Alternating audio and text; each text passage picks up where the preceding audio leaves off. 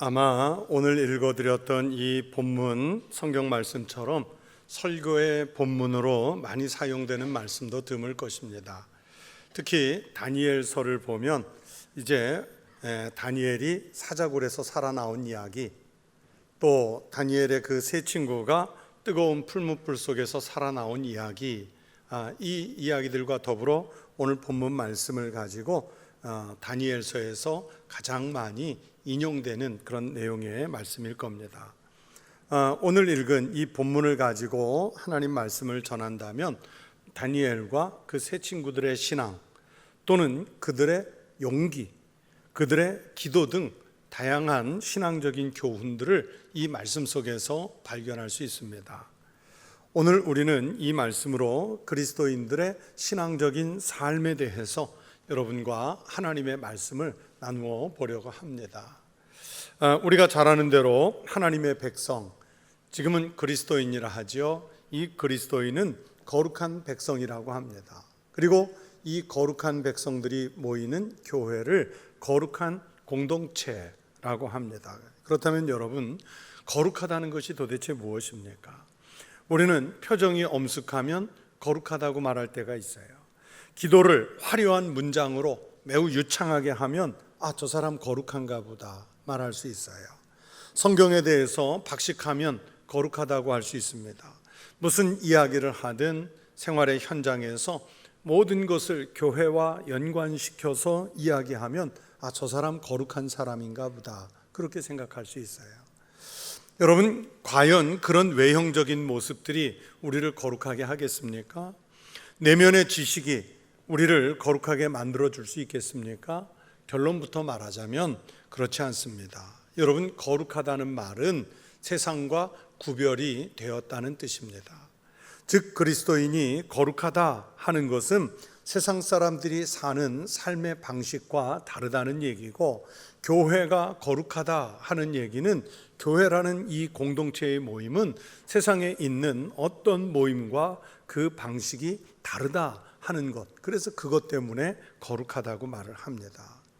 하나님을 믿는 사람이나 하나님을 전혀 믿지 않는 사람이나 똑같이 세상에 기반을 두고 사는 것은 같지만 정말 다른 것은 그리스도인은 모든 삶의 기준을 하나님 중심으로 생각하고 하나님 중심으로 말하고 하나님 중심으로 행동하면서 사는 신앙의 삶을 말하는 것입니다. 하나님 중심의 삶을 살아낼 때 우리를 그때 비로소 거룩하다 말할 수 있습니다. 교회를 오래 다니고 찬송을 잘 부르고 말씀을 많이 암송하고 알지라도 그것이 하나님 중심의 삶이 아니라 세상의 삶에서 그냥 사는 하나의 방편이 된다면 그 사람은 거룩한 신앙인이 아닙니다. 신앙적인 지식이 조금 짧아도, 기도를 화려하게 하지는 못해도, 교회 다닌 횟수는 짧을지라도 하나님께서 자신의 삶을 주관하시도록 믿고 맡기는 삶을 사는 것이 거룩한 성도의 모습이라고 할 수 있습니다. 그런데 여러분, 마귀는 무슨 일을 할까요? 여러분, 사탄은 무슨 일을 할까요? 사탄은 우리 그리스도인이 그렇게 거룩한 삶을 살아내지 못하도록 늘 우리를 유혹하고 우리를 세상에서 넘어지게 하려고 합니다. 신앙의 삶을 포기하게 하려고 합니다. 노골적으로 그렇게 하는 것이 아니라 우리가 인식하지 못하도록 살금살금 우리에게 야금야금 접근해서 그렇게 우리를 시험하고 넘어뜨리려고 하는 게 마귀가 하는 일이고 사탄이 하는 일입니다. 우리가 그리스도인으로서 세상을 살아보지만 사실 우리를 신앙의 자리에서 끌어내리고 넘어져서 일어나지 못하게 하려 하고 장애를 만나면 넘어가지 못하게 하려고 유혹하는 일들이 얼마나 많습니까? 그래서 분명한 신앙적 의지가 내 안에 없으면 이 강한 유혹을 능히 이겨내기 어렵고 또 견뎌내기가 쉽지 않습니다. 마귀의 유혹에 우리는 패배할 수밖에 없는 약한 사람들입니다. 가끔 다른 종교를 믿는 사람들 또는 기독교에서 파생한 이단, 사이비를 믿는 사람들에게 어쩌면 신앙의 자세를 배울 때가 있어요. 예를 들면 여호와의 증인을 예를 들어 보겠습니다. 여러분, 여호와의 증인의 경우를 한번 보세요. 그들은요, 내 자녀가 수술을 앞두고 죽어가도, 내 남편이나 내 아내가 수술을 앞두고 수혈을 하지 못해 죽어가도 수혈을 하지 않아요. 우리가 볼 때는, 의사가 볼 때는 수혈만 하면 살 수 있는 어렵지 않은 수술에도 절대로 하지 않는 이들이 있어요. 가끔 보도되는 대로 여호와의 증인 남자 청년들 중에는 병역의 의무를 아예 거부하기도 하고, 또 군에 입대는 했지만 집총이라고 그러죠. 총을 드는 것을 거부하는 그런 젊은이들이 있습니다. 자기들의 신앙을 지킨다면서 감옥에 투옥되는 것을 두려워하지 않고 그렇게 자기들의 신앙을 지킨다고 그래요.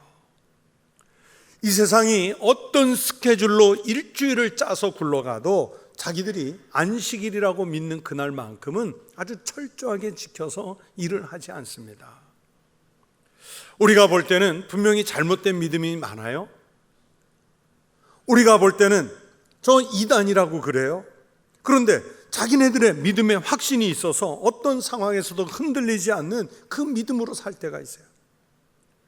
분명히 그들이 믿는 교리, 그들이 살아가는 믿음의 삶이 잘못되었지만 그 잘못된 것임에도 불구하고, 사회적 냉대나 질타에도 불구하고 흔들리지 않는 믿음을 지키는 걸 보면 때로는 불쌍하기도 하고, 때로는 잘못된 것을 믿는 그들이 안타깝기도 해요. 그러나 그런 그 이단을 지켜보면서 한편으로는 우리 그리스도인들이 세상에서 사는 동안에 저런 믿음의 확신을 가지고 용기 있게 살아야 되는데, 오히려 우리가 그렇지 못한 일들이 너무 많아요.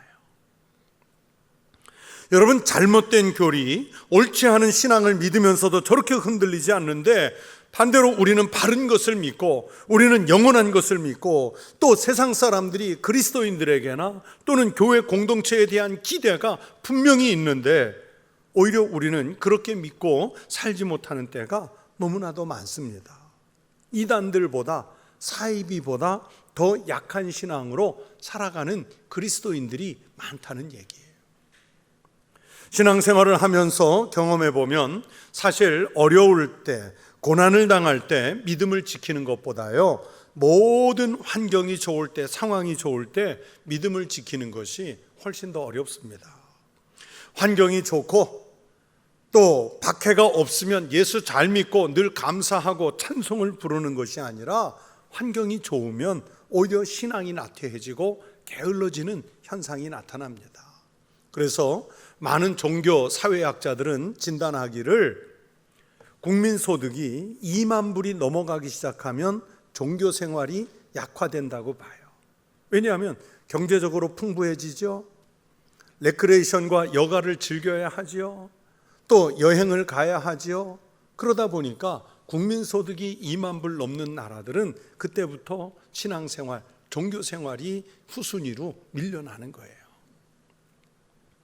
초대교회 당시에 성도들이 로마의 박해에 시달릴 때는 카타콤이라고 하는 지하 무덤 속에 들어가 숨어서 예배를 드리면서도 믿음을 지켰어요. 순교를 당하면서도 믿음을 지켰습니다.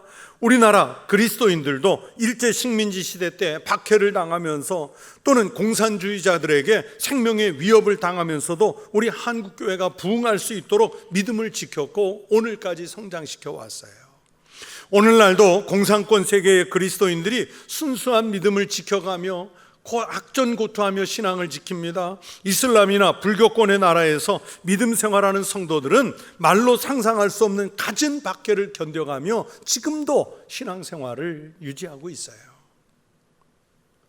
초대교회 당시에 그렇게 박해를 당하면서도 지켰던 신앙의 순수성이 그러면 언제 약화되었느냐?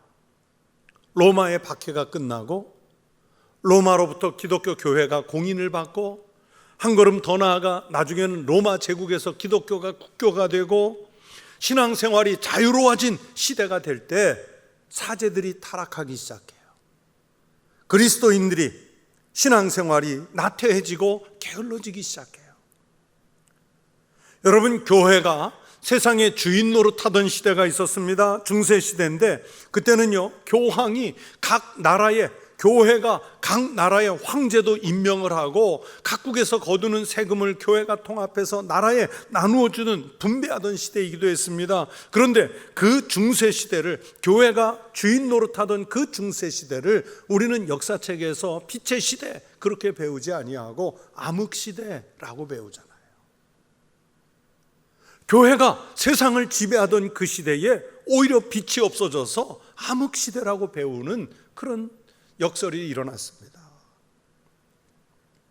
저는 개인적으로 우리나라가 복음화되어서 예수 믿는 사람이 정말 많아지고 우리 한국교회가 크게 부흥하기를 바랍니다. 그러나 한편으로는 우리나라의 기독교가 정말 왕성해서 거의 모든 국민이 다 교회를 다니는 그런 때가 돼도 우리나라에서 기독교가 국교가 되는 것은 반대합니다. 그렇게 되면 오히려 교회가 순수해지고 그리스도의 능력이 막 나타나는 것이 아니라 오히려 그렇게 될 때 힘을 잃는다는 것을 우리 기독교의 역사가 보여주고 있습니다. 교회는 아직도 할 일이 많고 세상에서 밀려오는 어려움도 겪어야, 그래야 복음의 열정이 오히려 식지 않고 신앙의 순수성을 유지할 수 있습니다. 교회는요, 그렇게 될 때 오히려 아름다워지고 힘이 생겨요. 오늘 우리가 읽은 다니엘의 말씀들이 바로 그것을 오늘 우리에게 말씀해 주고 있습니다. 오늘 본문 말씀 속의 주인공들은 우리가 매우 익숙하게 알고 있는 유명한 분들입니다. 저희가 교회 학교 다닐 때부터 그 무용담을 참 많이 들었던 분들입니다. 다니엘과 세 명의 친구들인데 사드락과 메삭과 아벳느고죠.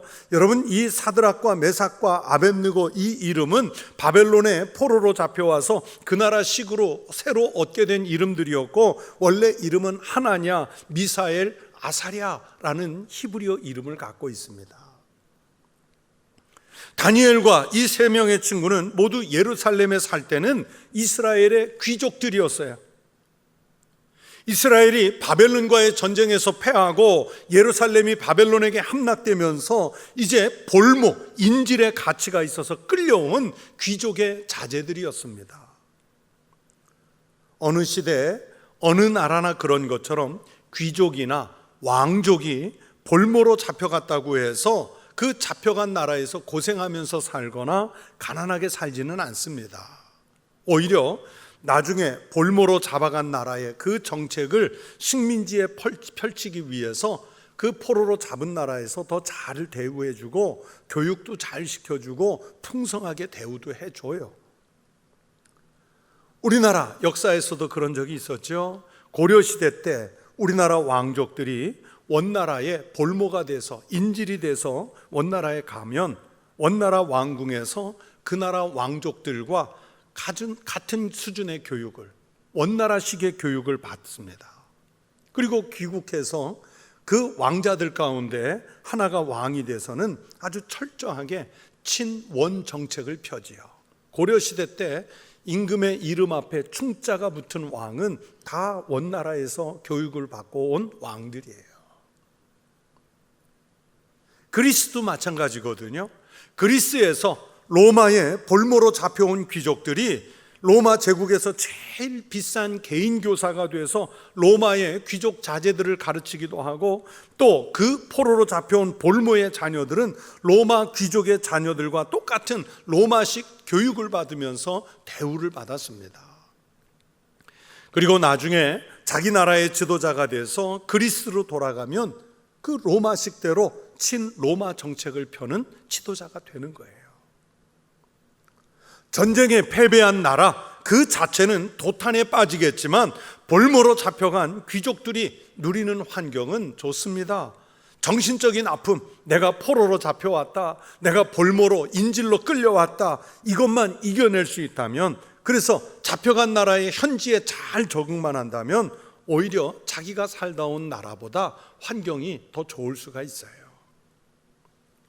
이스라엘에서 바벨론으로 포로로 잡혀온 다니엘, 사드락, 메삭, 아벳느고 다 형편이 마찬가지입니다. 이스라엘이라는 나라는 그동안 바벨론과의 전쟁 때문에 초토화되었지만 이분들이 바벨론에서 누릴 수 있는 환경은 매우 좋았습니다. 절대 권력자인 느부갓네살 왕의 철저한 보호를 받았고, 또 성경에 보시니까 왕궁에 살고 있었고, 왕이 제공하는 진미를 먹으면서 호의호식할 수 있었지 않습니까? 굳이 타협하자면 왕의 진미를 먹으면서도, 왕실이 제공하는 편의를 누리면서도 얼마든지 자기네들이 믿는 신앙은 그대로 지킬 수 있었어요. 왜냐하면 바벨론 제국이 포로로 잡아온 사람들의 신앙생활까지 통제하지는 않았거든요. 한마디로 다니엘, 사드락, 메삭, 아벳느고 이 네 사람은 바벨론의 왕궁에 살면서 느부갓네살 아래에서 부귀영화를 누릴 수 있는 기회이기도 했습니다. 그런데 이 네 명의 젊은이들이 아주 중요한 뜻을 하나 세우지요. 그리고 그 뜻이 흐려지지 않기 위해서 결의를 했습니다. 바벨론에서 바벨론식 공부는 열심히 했겠지만, 그러나 신앙과 맞지 않는 왕의 진미와 포도주는 거절하기로 작정했습니다. 8절 말씀을 보세요. 다니엘은 뜻을 정하여 왕의 음식과 그가 마시는 포도주로 자기를 더럽히지 아니하리라 하고, 자기를 더럽히지 아니하도록 환관장에게 구하니. 왜 왕의 진미와 왜 왕이 마시는 포도주를 거절해야 했을까요? 여러분, 그것은 신앙적인 이유 때문입니다. 부정한 동물의 고기나 우상에게 바쳐졌던 음식을 하나님께서 금하셨지 않습니까? 바벨론의 대부분의 진미들과 포도주들은 바로 그렇게 우상에게 바쳐졌던 음식들입니다. 그래서 다니엘과 이 친구들이 그 음식을 거절하기로 결의한 거예요. 그런데 이 결의는 왕명을 어기는 행동이잖아요. 왕명을 어기는 것은 앞으로 성공과 출세를 포기하는 길일 수 있습니다. 아니, 어쩌면 죽음까지도 각오해야 되는 위험한 일일 수도 있어요. 말씀을 보세요. 당장에 그들을 감독하는 환관장이, 이 환관장은 그 볼모로 잡혀온 청년들을 잘 관리해서 좋은 음식 먹여서 좋은 옷 입혀서 얼굴이 좀 반질하게 윤기나게 만드는 그 책임을 맡은 환관장이에요. 그 환관장이 반대합니다. 환관장이 이 소년들을 멀끔하게 키워야 되는데 안 되잖아요. 10절 말씀에 환관장이 다니엘에게 이르되 내가 내 주 왕을 두려워하노라. 그가 너희 먹을 것과 너희 마실 것을 지정하셨거늘 너희의 얼굴이 초췌하여 같은 또래의 소년들만 못한 것을 그로 보시게 할 것이 무엇이냐. 그렇게 되면 너희 때문에 내 머리가 왕 앞에서 위태롭게 되리라 하니라. 그러면서 거절해요. 여러분, 다니엘과 그 친구들의 이런 시도는 자신들뿐만이 아니라 지금 자기네들을 감독하고 통솔하는 그 환관장, 다른 사람의 생명까지도 위험에 빠뜨릴 수 있는 그런 행동이었던 거예요. 환관장이 반대하고 나서니까 다니엘이 타협안을 제시하지요. 타협안을 내요. 뭐라고 냅니까? 12절, 13절이 그 타협안이에요. 청하오니 당신의 종들을 열흘 동안 시험하여 채식을 주어 먹게 하고 물을 주어 마시게 한 후에 당신 앞에서 우리의 얼굴과 왕의 음식을 먹는 소년들의 얼굴을 비교하여 보아서 당신이 보는 대로 종들에게 행하소서. 우리가 채식만 먹고도 얼굴이 어떻게 되는지 보자. 초췌해지는지, 피골이 상접해지는지, 기름기가 쪽 빠지는 아주 몹쓸 얼굴이 되는지 시험해 보고, 환관장님, 당신도 우리를 지켜보면서 시험해 보십시다. 그런데 여러분, 지금 다니엘과 그 친구들이 제안하는 이 절충안은 결과적으로는 뭐냐면 환관장을 시험하는 것도, 자기네들을 시험하는 것도 아니고 그렇게 해 주실 하나님의 은혜를 시험해 보자는 거예요. 하나님 은혜를 시험해 보자. 그렇게 요청을 받은 환관장이 그러면 해보자 해서 정말로 열흘 동안 시험해봤죠. 그랬더니 결과가 어떻게 나옵니까? 15절 말씀이 그 결과죠. 열흘 후에 그들의 얼굴이 더욱 아름답고 살이 더욱 윤택하여 왕의 음식을 먹는 다른 소년들보다 더 좋아 보인지라. 얼굴이 까칠해졌나요? 못쓰게 되었나요? 말랐나요? 아니에요. 다른 소년들과 비교해 보니까 왕의 진미와 포도주를 제대로 먹은 사람들과 비교해 보니까 더 좋아 보인지라. 할렐루야. 이게 하나님의 은혜요, 하나님 역사인 줄로 믿습니다. 다니엘과 그 일행은 세상적인 욕심, 쾌락에 집착하지 않고 자신들의 몸과 신앙적인 삶을 더럽히지 않게 살려고 노력했어요. 하나님을 향하여 믿음을 따라 분명하게 뜻을 정했습니다. 그랬더니 하나님께서 오히려 더 아름답게 해주시지 않습니까? 그들의 살이 더 윤택하게 해주시지 않습니까? 아마 말씀으로 기록되지는 않았지만 영적으로 볼 땐 더 그 영혼이 풍성하게 해주시지 않습니까? 여러분, 사람은 할 수만 있으면 더 편한 것을 선택하고 싶어하는 이런 본성이 있어요. 우리 속담에 넘어진 김에 쉬어간다, 앉은 김에 눕고 싶다, 편해지고 싶다는 거죠. 떡 본 김에 제사 지낸다. 할 수만 있으면 편한 쪽으로 마음이 가는 우리의 본성이에요. 다니엘과 세 친구는요, 여러분, 이 성경 본문 말씀 속의 상황은 아주 피가 끓는 젊은 청년들이었어요. 글쎄, 다 그랬는지 모르겠는데 청년 때, 중고등학생 때, 대학교 다닐 때는요, 왜가 그렇게 배가 고픈지요. 그냥 무덤밥, 고봉밥 잔뜩 먹고도 돌아서면 배가 고파. 한 두세 걸음 걸어가면 배가 고파요. 그래서 어른들이 그러죠. 또 배고프다 그러면 그때는 돌이라도 사길 나기지. 돌이라도 삭힐 수 있는 그 나이잖아요. 그런 한창 때의 젊은이들이 먹을 것 절제하고 자신들의 안락함을 포기한다는 것이 얼마나 어려운 일이었겠습니까? 그분들이 환관장에게 시험을 제의한다는 것은 매우 위험천만한 일입니다. 세상적인 기준으로 따지면 어리석은 일이겠죠. 그러나 이분들은 하나님의 살아계심을 분명히 믿었습니다. 하나님의 역사하심을 분명히 믿었습니다. 하나님께서 자신들 곁에 언제나 계시면서 지켜주신다는 것을 믿었습니다. 그렇기 때문에 세상을 두려워하지 않고 자신만만하게 자신들을 깨끗하게 지키기 위해 생명을 걸고 시험해보자, 그렇게 제안할 수 있었던 거예요. 그 제안 속에는 바로 믿음의 고백이 들어가 있었습니다. 여러분, 우리는 어떻습니까? 예수를 믿은 일에 은혜를 받았다는 말을 참 자주 하죠. 하나님이 나를 어떻게 인도해 주셨다는 간증을 하기도 하죠. 그럼에도 불구하고 사실은 하나님이 기뻐하시지 않는 일이지만 내 즐거움을 위해서 그냥 부끄럽지 않게 해버릴 때가 있어요. 하나님이 기뻐하시지 않는 일이 심지어 나를 더럽히는 일인 것을 알면서도 포기하지 못하고 할 때가 있어요. 먹는 음식에서, 아니면 취미 생활에서, 일상의 삶에서 그럴 때가 있어요. 술을 마시면 성령께서 머무시는 성전인 우리 몸이 피폐해진다는 것을 알면서도 그 즐거움 때문에 그리스도인이라고 하면서도 끊지 못하는 사람들이 많잖아요. 경제적인 이익에 지나치게 집착을 하다가 하나님의 뜻과 거리가 멀어지면서도 거기에서 빠져나오지 못하고 세상에서 살려면 돈이 있어야 돼, 그러면서 거기에 집착하다가 오히려 하나님과 멀어지는 경우들을 보잖아요.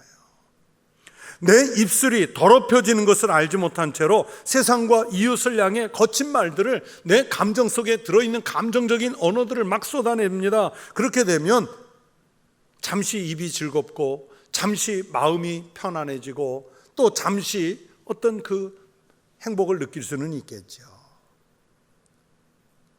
그러나 여러분, 그런 일들이 나를 윤택하게 하지는 않습니다.